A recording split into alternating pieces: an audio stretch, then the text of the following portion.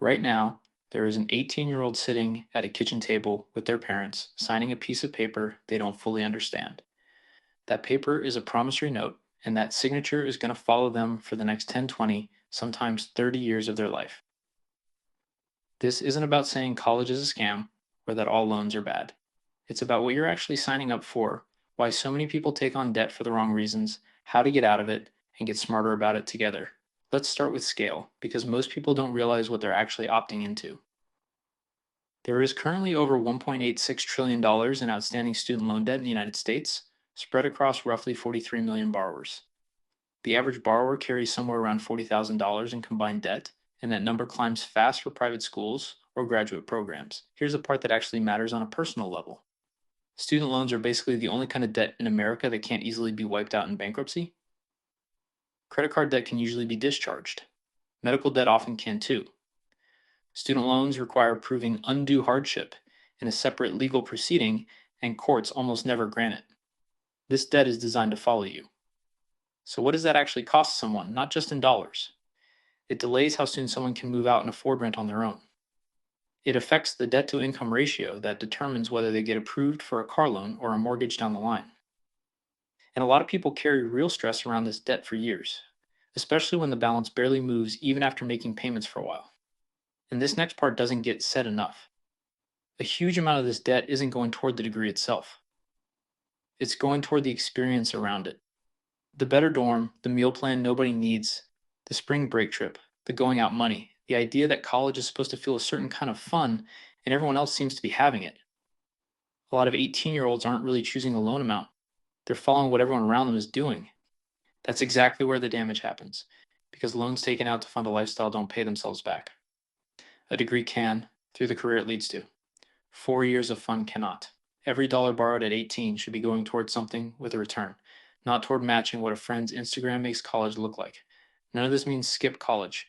It means treat the loan like the financial decision it actually is, and stop treating the college experience like it comes with an unlimited budget attached. Before going further, there's an important distinction between two very different kinds of loans. Federal student loans come from the U.S. Department of Education, with fixed interest rates, borrower protections, income driven repayment, and potential forgiveness.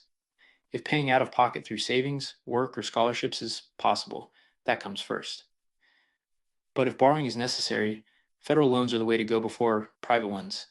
Private student loans come from banks or private lenders with rates that can be variable, no income driven repayment, no federal forgiveness eligibility, and usually a parent co signing, which means if the loan can't be paid, the parent is on the hook too.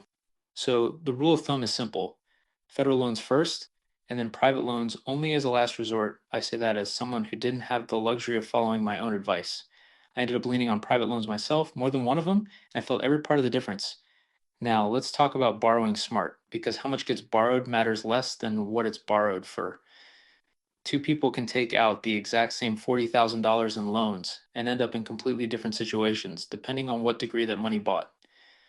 A degree leading into a field with strong, reliable starting salaries, like nursing, engineering, computer science, or the skilled trades, can pay off that debt within a few years. A degree leading into a field with a lower or less predictable salary can take a decade or more to pay off the same balance. This doesn't mean chase a major purely for money and ignore what actually interests someone. Burnout in a career someone hates has its own cost. It means factoring real numbers into the decision. Before committing to a school or major, it's worth looking up the average starting salary for that field, comparing it against how much would need to be borrowed, and asking whether the math works. A $30,000 loan for a degree leading to a $70,000 starting salary is a very different bet than the same loan for a degree leading to $35,000. Neither path is wrong, but only one should come with that much debt attached. The same thinking applies to which school gets chosen. A more expensive school only makes sense if it meaningfully improves the outcome, not just the experience. Sometimes it does, especially for competitive fields. Often it doesn't, and the cheaper option leads to the same job a few years later. So, how does someone actually get out of student debt and get out of it together? Income driven repayment ties the monthly payment to income rather than a fixed amount, which keeps things manageable early on, though stretching a loan out longer means paying more interest overall. Public service loan forgiveness is one of the best deals available for the right career path: 120 qualifying payments while working full time for a government or nonprofit employer, and the remaining balance is forgiven tax free, worth planning around early if teaching, Nursing, government work, nonprofit work, or military service is already the direction someone's headed. Beyond that, a growing number of employers now offer student loan repayment assistance as a benefit, similar to a 401k match, so it's worth asking about in job interviews. Refinancing into a private loan can lower the interest rate for those with good credit and stable income, but it means permanently giving up federal protections and forgiveness eligibility, so that trade off only makes sense for someone certain they won't need those protections down the line. Then there's the straightforward approach, attacking the debt aggressively, the same way anyone would tackle any other debt. Extra biweekly payments, the avalanche method of paying the highest interest rate first, or snowball method, paying the smallest loan first, and putting bonuses or tax refunds straight toward the principal.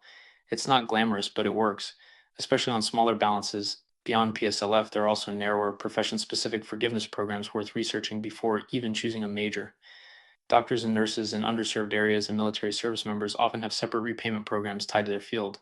None of these strategies work in isolation, though. Paying off debt is easier when it's not done alone, sharing what's working, comparing repayment plans with friends in the same position, splitting the research on scholarships and forgiveness programs, checking in so nobody feels like they're the only one still paying it off years later. All of that helps. This is a shared problem for an entire generation, and it gets lighter when it's treated like one, something almost nobody talks about. The loan amount offered isn't the loan amount that has to be taken. Just because a school's financial aid letter says someone is eligible for $15,000 doesn't mean they should borrow all $15,000. And it definitely doesn't mean that money needs to go toward anything beyond tuition, books, and housing. A few things genuinely reduce or eliminate the need for loans altogether. Doing the first 2 years at a community college and then transferring to a 4 year university can cut total tuition dramatically, and the degree at the end still carries the same university's name. It's one of the most underrated moves in the entire system. Choosing an in state public school over a private one matters too, since the price gap is often tens of thousands of dollars a year, and that prestige name on the degree rarely translates into a proportional salary bump. Scholarships are worth taking seriously rather than giving up on after two or three applications. There are thousands of smaller, less competitive scholarships out there tied to location, major, identity, or essay contests that go unclaimed every year simply because barely anyone applies. Spending a single weekend applying to 20 scholarships in the $500 to $1,000 range can genuinely offset a semester of loans. Working part time or joining a co op program while in school reduces the total amount that needs to be borrowed and cuts down on interest that would otherwise compound while still in school. And knocking out general education requirements early through community college dual enrollment or AP credits in high school can shave a full semester or more off the total bill before university tuition rates even kick in. Like I said, none of this is about shame for anyone who already has loans or genuinely needs them, because most people do, and that's completely fine. It's about making sure every dollar borrowed is a dollar that was actually needed, going towards something with a real return, not a dollar borrowed because that's just what everyone else was doing. So, to bring it all together, student loan debt is one of the only kinds of debt that can't just be walked away from. Too much of it gets taken out to fund an experience instead of an investment. And the smartest approach combines borrowing only for what actually pays off, choosing a degree in a school with real numbers in mind, and getting through repayment with the people around you instead of carrying it alone. That's it for today. If you're in the middle of figuring this out yourself, you're not the only one, so stick around, subscribe, and let's keep working through this stuff together.